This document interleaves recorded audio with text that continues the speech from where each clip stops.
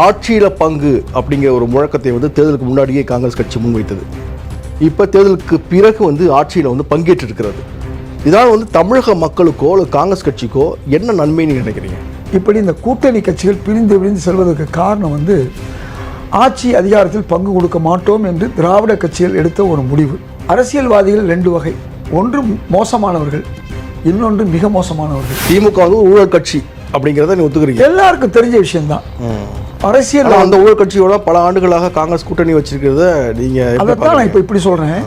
வழி இல்லாம கூட்டணி வச்சுட்டோன்றீங்களா? இந்த தடவை அதிகமாக ஊழல் செஞ்சுட்டாங்க, அதை விட இவங்க பரவாயில்லை. அதிமுகவோட இன்பதுரை போன்றவர்கள்லாம் வந்து காங்கிரஸ் கட்சி வந்து ஒட்டுண்ணி அப்படிங்கிற மாதிரியான ஒரு கடுமையான வார்த்தைகளால் விமர்சிக்கிறார். 2011 யார் ஆட்சிக்கு வந்தா? அதிமுக.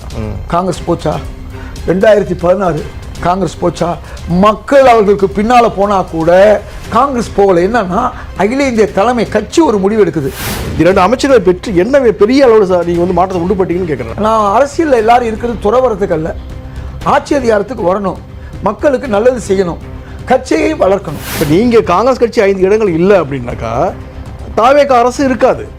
அப்படி வந்து ஒரு மியூச்சுவலாக போகக்கூடிய இந்த விஷயத்தில் இருக்கக்கூடிய ஒரு நிலைமையையும் கடந்த காலம் வந்து தனிப்பெரும்பான்மையுடன் கூடிய ஒரு அரசை எப்படி நீங்கள் ஒப்பிட்டு பேச முடியும்? தமிழ்நாடு காங்கிரஸ் கமிட்டியின் மாநில துணைத் தலைவர் திரு இதாயத்துல்லா அவர்கள் நம்மோடு இருக்கிறார்கள். வணக்கம். வாழ்த்துக்கள்.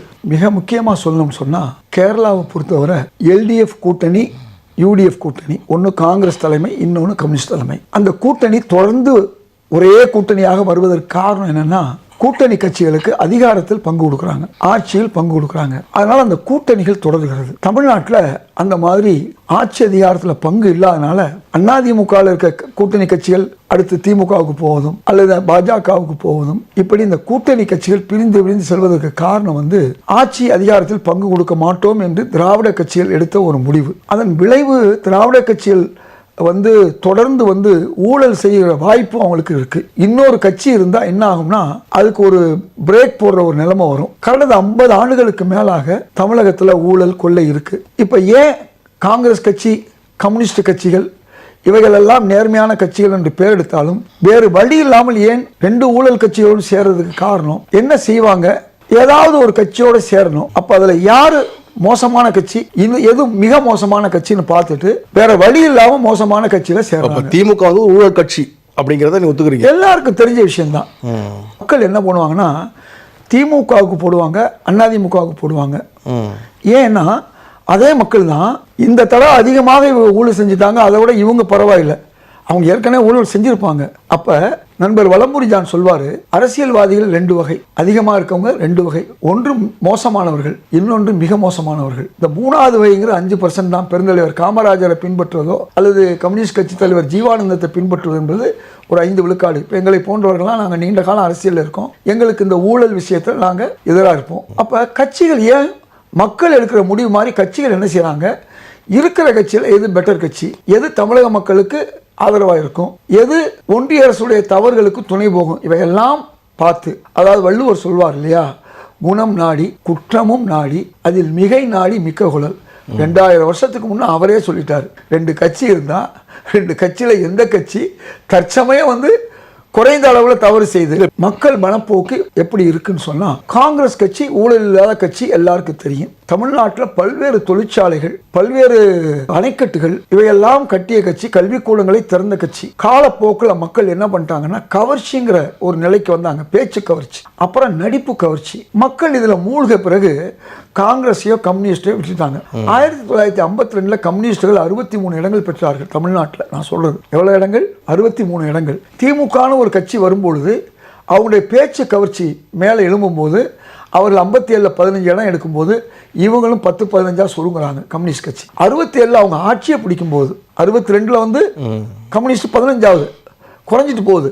67 அவர்கள் ஆட்சியை பிடிக்கும் போது கம்யூனிஸ்ட் கட்சியில் 5 இடம் 10 இடத்துக்கு வந்துட்டாங்க. நீங்க சொல்ற ஒரு பிள்ளை. ஆட்சி அதிகாரத்தில் 2011 யார் ஆட்சிக்கு வந்தா? அதிமுக. காங்கிரஸ் போச்சா? 2016 காங்கிரஸ் போச்சா? மக்கள் அவர்களுக்கு பின்னால போனா கூட காங்கிரஸ் போகல. என்னன்னா அகில இந்திய தலைமை கட்சி ஒரு முடிவு எடுக்குது. இந்த முறை தாவேகாவை பொறுத்தவரை மக்கள் அதற்கு ஆதரவு கொடுத்தாங்க, நம்முடைய அகில இந்திய தலைமை ஆதரவு கொடுத்துச்சு. திமுக ஒன்றும் வலிமையான கட்சியில நாம 2016 அவங்களோட சேரும்போது காங்கிரஸ் வலிமையான கட்சியெல்லாம் பார்க்காது, இருப்பவர்களை யார் நல்லவர்கள், யார் தமிழ் மண்ணினுடைய மக்களுடைய வளர்ச்சியை அழகு வைப்பார்கள் என்று தான் பார்ப்பாங்க. அதனால தான் இந்த ரெண்டு கட்சியோட ஒரு கட்சியில தான் இருந்து ஆகணுங்கிற ஒரு நிலைமை. காங்கிரஸ் தனியாக நின்றுச்சு. 1977 நின்றுச்சு, 27 இடங்களை பெற்றுச்சு, 3வது இடத்துல இருந்துச்சு. 1989 காங்கிரஸ் கட்சி தனியாக நின்றுச்சு. அந்த நேரம் தான் நான் தனியாக நிற்கும் போது எனக்கு சீட்டும் கொடுத்தார்கள். நான் ஏடிஎம்கேவில் அதிக வாக்கு வாங்கினேன், ஆனால் வெற்றி வாய்ப்பை இழந்தேன். அப்போ மக்கள் தொடர்ந்து நம்ம முயற்சி எடுக்கும் போதெல்லாம் மக்கள் காங்கிரஸை புறக்கணிக்கிறார்கள். அப்போ நாம் என்ன செய்கிறோம், எந்த கட்சி ஆட்சிக்கு வருதோ அந்த கட்சி, ஏன்னா மக்கள் சேவை செய்யணும். அரசியலுங்கிறது மக்கள் சேவைக்கு தான். ஆனால் புத்திசாலித்தனமாக அந்த கட்சிகள் நமக்கு என்ன செய்ய மறந்துட்டாங்கன்னா, நமக்கு ஆட்சி அதிகாரத்தில் பங்கு கொடுத்தாங்கன்னா நாம நேர்மையை காமிச்சு அவங்களே நேர்மையை ஆக்கியிருக்க முடியும். 2006 காங்கிரஸ் ஆதரவு இல்லாமல் திமுக ஆட்சியில் இருக்க முடியாது. ஆனால் நாம ஆதரவு மட்டும்தான் கொடுத்தோம், அவங்க ஆட்சி நமக்கு கொடுக்கல. ஆனால் நாம ஒன்றியத்தில் அவங்களுக்கு ஆட்சி அதிகாரம் கொடுத்தோம். இப்போ நீங்க சிந்திச்சு பாருங்க, அவங்க கொடுக்கல. இப்போ 2 பேர் நீங்க அமைச்சராக இருக்காங்க, சரிதானா? 50-60 வருஷமா காங்கிரஸ் ஆட்சியில் இல்லாத நாளுக்கு நாள் தேய்ந்து போச்சு, சரிதானா? அதனால கொஞ்சம் வீழ்ச்சியை நம்ம சந்திச்சோம். இப்ப 2 அமைச்சர்கள் என்ன செய்யறாங்க தெரியுமா? காங்கிரஸ் அலுவலகத்துல வாரம் ஒரு நாள் சந்திக்கிறாங்க. கட்சிக்காரங்களாம் கூட்டமா போய் அவங்கள்ட்ட போய் கொடுக்குறாங்க. தலைமைச் செயலகத்துக்கு காங்கிரஸ்காரர்கள் போவதே இல்லை. ஏன்னா அங்கே அவர் போய் பார்க்கறதுக்கு ஒரு அமைச்சர் இல்லை. தலைமைச் செயலகத்துக்கு போனாதான் 4 பேருக்கு உதவி செய்ய முடியும். அப்போ அந்த உதவி செய்யறதுக்குள்ள வாய்ப்பு தான் இந்த 2 அமைச்சர்கள். ஒருவர் 2 பேர் முக்கியமல்ல. இந்த 2 அமைச்சர்கள் தங்கள் துறைக்கு மட்டுமல்ல, வரக்கூடிய காங்கிரஸ் தலைவர்களோ தொண்டர்களோ பிரச்சனை எடுத்து சொன்னால் அவர்களுடைய பரிந்துரை இன்னொரு அமைச்சருக்கு போய் சேரும். இந்த அடிப்படையில் கட்சியை வளர்க்க முடியுங்கிற ஒரு நம்பிக்கை தான். நான் அரசியலில் எல்லாரும் இருக்கிறது துறவரத்துக்கு அல்ல, ஆட்சி அதிகாரத்துக்கு வரணும், மக்களுக்கு நல்லது செய்யணும், கட்சியை வளர்க்கணும். ஏன் மாணவர்களுடைய அமைப்பு சார்ந்தது தான் கல்வித்துறை. மாணவர்களுடைய நிலைமைக்கு நீங்க போறீங்க. பொன்முடின்னு ஒரு அமைச்சர் இருந்தார் திமுகவில். இவராவது ஆடினார், அவர் ஆடினாரு பாடினாரு, யாரோ பாடின பாட்டுக்கு தான் இது பண்ணாரு. இதை விட மோசமான நிலையில அவர் ஆடினார். யாரு? பொன்முடி. நாளைக்கு 24 மணி நேரம், 60 நாள், எத்தனையோ மணி நேரம், அதுல ஒரு அரை மணி நேரம் நடந்த விஷயத்தை தான் நம்ம பேசுறோம். இப்படித்தான் மக்களை நாம மாற்றி வச்சிருக்கோம். நல்லது செய்யறவங்களை பத்திலாம் விடாம தவறுகளை மட்டுமே கண்ணால் காமிச்சுக்கிட்டு இருக்கோம். இன்றைக்கி ஒரு தகவல் சொல்கிறேன். ஒரு பெரிய தியாகி நேதாஜியுடைய படைக்கு கோடிக்கணக்கான ரூபாய் வாரி கொடுத்தவர். அந்த தியாகியுடைய பேரனுக்கு ஒரு வேலை வாய்ப்பு. நான் போகலை. இந்த விளக்கத்தை சொல்லி அவருடைய உதவியாளர் நம்முடைய மாண்புமிகு அமைச்சர் ராஜேஷ் அவருக்கு நான் அவரை சொல்லி அனுப்புகிறேன். உதவியாளர்கிட்ட சொன்னவொன்னே அவர் உள்ளே விடுறாரு. போன உடனே அந்த காரியம் நடக்குது. ஒரு தியாகியுடைய பேரன்.